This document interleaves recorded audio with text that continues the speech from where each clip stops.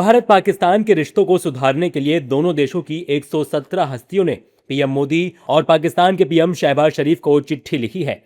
इसमें कहा गया है कि टकराव नहीं, बातचीत का रास्ता चुनिए ताकि दक्षिण एशिया में शांति और विकास का माहौल बन सके। इन 117 हस्तियों में पूर्व अधिकारी, सामाजिक और राजनीतिक हस्तियां शामिल हैं। भारत की ओर से जम्मू कश्मीर के पूर्व सीएम फारूक अब्दुल्ला, महबूबा मुफ्ती और आरजेडी सांसद मनोज झा समेत 61 लोगों और पाकिस्तान की ओर से पूर्व विदेश मंत्री खुर्शीद महमूद कसूरी समेत 56 लोगों ने चिट्ठी पर साइन किए हैं। इस चिट्ठी में मांग की गई है कि भारत और पाकिस्तान सरकार नई दिल्ली और इस्लामाबाद में उच्चायुक्तों की नियुक्ति के साथ पूर्ण राजनयिक संबंध बहाल करे। आम नागरिकों के लिए वीजा सेवाएं फिर से शुरू की जाएं, सीमा पार धार्मिक और सांस्कृतिक यात्राओं को आसान बनाया जाए, कश्मीरी पंडितों की पवित्र शारदा पीठ को श्रद्धालुओं के लिए खोला जाए, दोनों देशों के मीडिया पर लगी पाबंदियां हटाई जाए और पत्रकारों को स्वतंत्र रूप से रिपोर्टिंग की इजाजत दी जाए। ये मांगे किसी राजनीतिक पक्ष के समर्थन में नहीं, बल्कि करीब 2 अरब लोगों के भविष्य, शांति और क्षेत्रीय स्थिरता के हित में की गई अपील है। ये बात तो चिट्ठी की हो गई, लेकिन इसे लेकर भारत से प्रतिक्रियाएं भी सामने आ रही हैं। सुनिए। ये सवाल हमारा पाकिस्तान के उन मेंबर पार्लियामेंट, उन विधायक, उन लोगों को, पाकिस्तान की सरकार से ये सवाल है जिन्होंने पहलगाम के अंदर, जिन्होंने पुलवामा के अंदर, जिन्होंने पार्लियामेंट पे अटैक किया, जिन्होंने 26/11 की घटना की, क्या वो वांटेड आतंकवादी हमें देगा?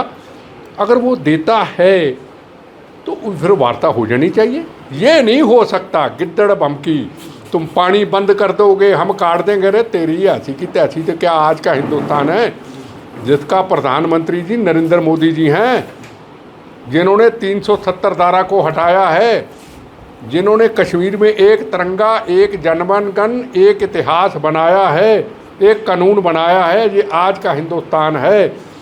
एक गोली चलेगी 100 को आज जवाब देंगे। देखिए, वो हम रिलेशन अच्छे होना हमारे हाथ में नहीं है ना। मैं वही पॉइंट बार बार कह रहा हूँ। अगर हमारे हाथ में होता तो कब का हो जाता। वो तो पाकिस्तान फौज की एग्जिस्टेंस भारत नफरत, पाकिस्तान फौज की एग्जिस्टेंस भारत विरोध है। इस टेररिज्म की एग्जिस्टेंस पाकिस्तान फौज की वजह से है। तो जब तक वो चलता रहेगा, आपके पास ऑप्शन नहीं है। आप मुंबई करा लो, पार्लियामेंट अटैक करा लो, असेंबली अटैक करा लो, मैसेकर्स कितने सैकड़ों हुए, हजारों लाखों लोगों ने जान खो दी इस जंग में, लेकिन आपके पास ऑप्शन क्या है? ये बात भी सच है कि भारत ने लगातार कहा कि आतंक जब तक बना रहेगा तब तक बातचीत की संभावना नहीं है, पर यह भी सच है कि आतंक के कम से कम हादसों में लगातार कमी हुई है। तो क्या इसको सामने रखकर कम से कम ट्रैक 2 स्तर पर बातचीत शुरू हो सकती है और फिर उसको बाद में यदि वातावरण अच्छा होता है तो औपचारिक सरकारी स्तर पर ले जाया जा सकता है। विदेश सचिवों की बात हो सकती है, विदेश मंत्रियों की बात हो सकती है, और यदि भविष्य में ऐसा संभव हो तो क्या दोनों राष्ट्र नेताओं की भी, भारत और पाकिस्तान के प्रधानमंत्री की भी, सीधी बात नहीं तो कम से कम किसी बहुराष्ट्रीय सम्मेलन में, अंतर्राष्ट्रीय स्तर में, उस बैठक के आसपास, उसके दौरान क्या इस तरह की बातचीत हो सकती है? क्योंकि जाहिर है कि यदि संबंधों में खटास रहती है तो उसका खामियाजा कुछ हद तक दोनों देशों को भुगतना पड़ता है, और यदि संबंध सुधर जाते हैं तो उसका फायदा भी दोनों देशों को होगा। वहीं इस मामले में राजनीतिक प्रतिक्रियाएं भी आ रही हैं। PDP chief Mehbooba Mufti, RJD सांसद मनोज झा ने इस पत्र पर हस्ताक्षर भी किए हैं, जबकि बीजेपी और अन्य नेता क्या कुछ कह रहे हैं, सुनिए। तो पीडीपी का हमेशा ये एजेंडा रहा है कि रिकंसिलिएशन, जो जम्मू कश्मीर जंग का अखाड़ा बन चुका है, इसको अमन का पुल बनना चाहिए। 2 मुल्कों के दरमियान आवाजाही होनी चाहिए, रास्ते खुले होने चाहिए। और इसकी मुझे खुशी है कि जो आरएसएस के बहुत सीनियर लीडर हैं, चाहे हसबोले है, चाहे ये भागवत साहब हैं, उन्होंने भी ये एंडोर्स किया कि भाई हमें आपस में मिलना चाहिए, बात करनी चाहिए, कल्चरल एक्सचेंजेस होने चाहिए। जो वाजपेयी जी की पॉलिसी थी कि आप दोस्त बदल सकते हैं, आप हमसाया नहीं बदल सकते। तो मेरा ये मानना है कि कोई भी प्राइम मिनिस्टर उसकी जो लेगेसी होती है वो ये नहीं होती है कि वो कितना ताकतवर था या वो कितने साल हुकूमत में रहा, बल्कि ये होती है कि उसने कितने कॉन्फ्लिक्ट रिजॉल्व किए।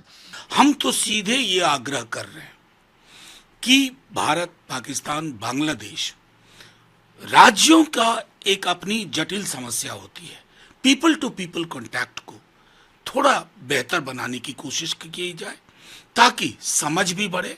हाँ, जो मौलिक हमारे इरिटेंट्स हैं जिसको लेकर के पूरे देश में कोई अलग सोच नहीं है, उसको सने सने या जैसे भी हो हम डील करें। बड़ी अच्छी बात है अगर हिंदुस्तान पाकिस्तान के दरमियान ताल्लुकात ठीक हो जाते हैं। जम्मू कश्मीर तो बिगेस्ट बेनिफिशियरी है, जम्मू कश्मीर के लोग उसका बिगेस्ट बेनिफिशियरी है। नहीं, देखिए, जब हालात ठीक हो जाएंगे हिंदुस्तान पाकिस्तान के दरमियान तो रास्ते तो खुल जाएंगे।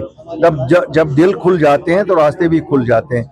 जब आज तो दिल बंद है, जब दिल खुल जाएंगे तो रास्ते भी खुल जाएंगे। कितनी जरूरत आप समझते हैं या इस डेवलपमेंट? अमन तो दुनिया में हर जगह इस वक्त जरूरत है, जम्मू कश्मीर में तो सबसे ज्यादा जरूरत है। ये जो 117 नागरिक हैं, इनको चिट्ठी लिखनी चाहिए थी पाकिस्तान को सिर्फ, और उनसे पूछना चाहिए था कि वह अपने यहाँ से आतंकी भेजने कब बंद करेंगे और वहाँ पर आतंकी जो है बैठे जिनको वो पाकिस्तान पालता पोसता है उनको जेल भेजकर उनके खिलाफ कार्रवाई कब करेंगे, वो हिजबुल वालों को कब जेल भेजेंगे, वो बाकी जो जेडीयू वाले हैं उनको कब जेल भेजेंगे, क्या है कि जैसे मोहम्मद वालों को कब जेल भेजेंगे। इस बारे में कोई चर्चा नहीं करते, परंतु शांति की बात करते हैं। परंतु भारत सरकार का स्टैंड बड़ा क्लियर है, आतंकवाद और शांति और बातचीत एक साथ नहीं हो सकती। अगर आपने बातचीत शुरू करनी है तो आपको पहले आतंकवाद बंद करना पड़ेगा, आतंकी भेजने बंद करने पड़ेंगे।